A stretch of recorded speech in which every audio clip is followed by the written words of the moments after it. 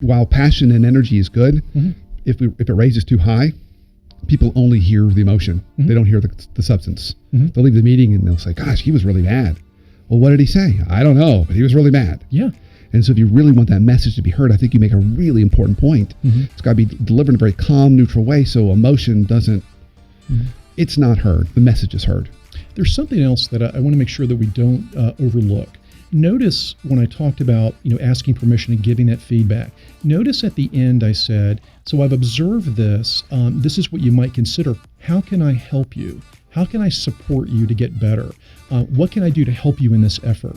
It's really important for us not just to be the leaders or the teammates that walk around and just poke holes in everything that we see. We have to be willing to be part of the solution.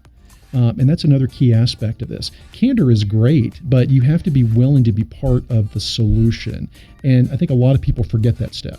Hey, you know what, Brandon, if you would just work on this, you'd be amazing. I've got to leave now. Take care. That's not effective. Yeah, what I like about that too is even though you said earlier, sometimes you'll state your intent as to why you're giving the feedback, sometimes you won't. It always comes out if you do it that way, because they know at the end it's about them. You're trying to help them. You're trying to help them grow. It's not about you. You're not giving it because you just want to, drop a grenade in the room and walk out.